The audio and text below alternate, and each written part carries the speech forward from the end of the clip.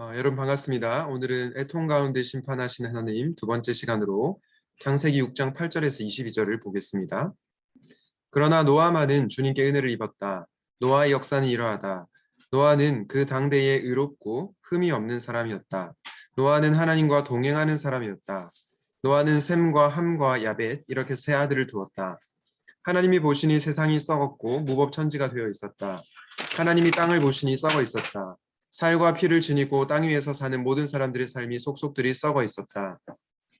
하나님이 노아에게 말씀하셨다. 땅은 사람들 때문에 무법천지가 되었고 그 끝날이 이르렀으니 내가 반드시 사람과 땅을 함께 멸하겠다.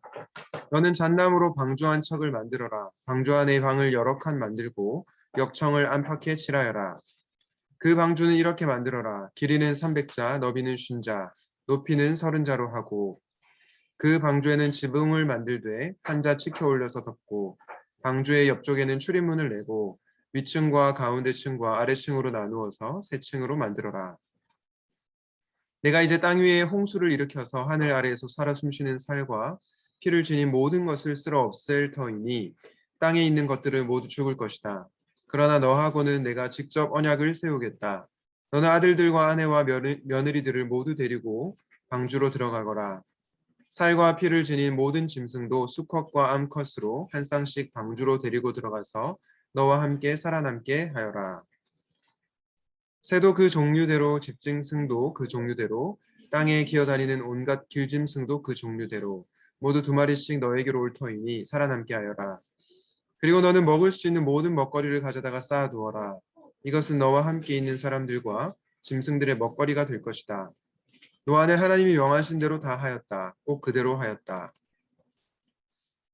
오늘은 애통 가운데 심판하신 하나님 두 번째 시간으로 하나님이 의인의 가족에게 은총을 베푸셨습니다. 라는 주제를 살펴보도록 하겠습니다. 여러분 오늘 창세기 6장 8절 9절 말씀에 보면요. 이런 내용이 나오는데요. 먼저 9절 말씀 보시면 노아는 그 당대에 의롭고 흠이 없는 사람이었다. 그리고 노아는 하나님과 동행하는 사람이었다라고 말하고 있습니다. 그런데 여러분 오늘 우리가 성경을 읽을 때 중요한 것이 있는데요.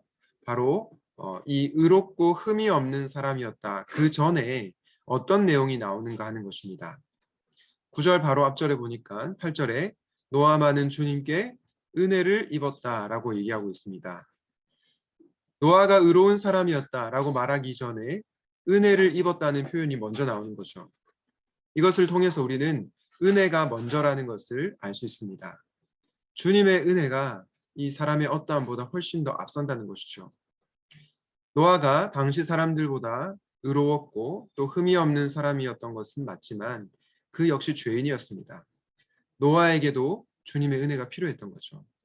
우리는 늘 하나님의 은혜가 먼저다라는 것을 기억하며 살아야 되겠습니다. 두 번째로 생각해 볼 것은요. 노아와 맺으신 하나님의 그 언약이 이 언약의 혜택이 노아뿐만 아니라 노아의 가족에게도 미쳤다는 거죠. 여러분 하나님이 노아와 맺은 언약의 혜택이 노아뿐만 아니라 노아의 가족에 영향을 끼쳤는데요. 이 노아의 의가 바로 그의 가족을 보존하는 기반이 되었습니다. 노아의 이야기는 예수님을 예표하는 이야기인데요. 우리 모두는 저와 여러분 포함해서 모두는 죄를 범해 하나님의 영광에 이르지 못했죠. 단 한 사람도 의롭지 않았습니다. 로마서가 말하고 있는 거죠. 그런데 하나님은 예수님 한 분과 그분의 의에 근거해서 우리에게 구원을 주셨습니다.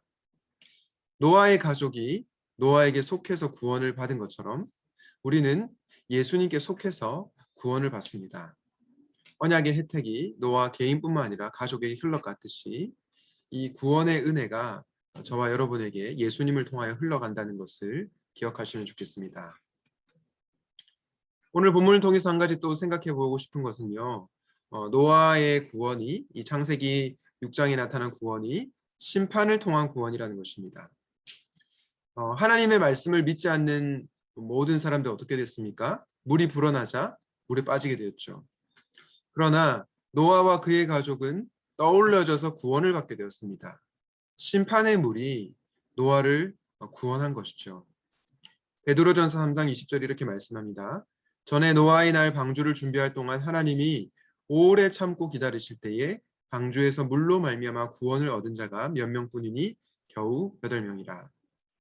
여러분, 이렇게 심판 가운데서도 구원이 임하고 심판을 통해서 구원이 임한다는 것입니다. 사실 저와 여러분은 하나님의 심판을 받아야 마땅했죠. 그러나 예수 그리스도로 말미암아 우리는 구원을 받았습니다. 이 심판 가운데서도 행해지는 구원, 이 구원의 은혜를 정말로 값싸게 여기지 않고 값비싼 구원으로 여기고 살아가는 저와 여러분이 되시기를 주님의 이름으로 축복합니다. 노아의 방주 이야기가 주는 교훈은 뭘까요?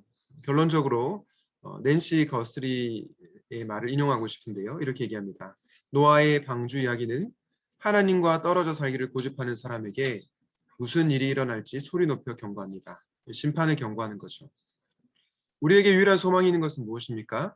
예수 그리스도와 연합함으로써 하나님의 보호와 안전을 경험하게 되는 것입니다. 그러므로 예수님께로 나오십시오. 예수님과 연합하여서 이 구원의 은총을 풍성하게 누리시는 저와 여러분이 되시면 좋겠습니다. 말씀을 기억하면서 이렇게 기도하겠습니다. 죄인인 우리에게 먼저 베풀어진 은혜를 기억하게 하소서. 예수님께 속한 자만이 구원을 받음을 기억하고 그리스도와 연합된 삶을 살게 하시고 주변에 믿지 않는 자들에게 복음을 전하게 하여 주시옵소서. 기도하시겠습니다. 하나님 아버지, 오늘 노아의 사건을 통해서 은혜가 먼저라는 것을 깨닫게 하여 주셔서 감사를 드립니다. 하나님, 그 어떤 의로운 인간이라 할지라도 우리 모두는 죄인이며 하나님의 은혜가 필요합니다. 하나님의 은혜가 먼저 우리 가운데 찾아오지 않는다면 우리는 구원받을 수 없는 죄인임을 고백합니다.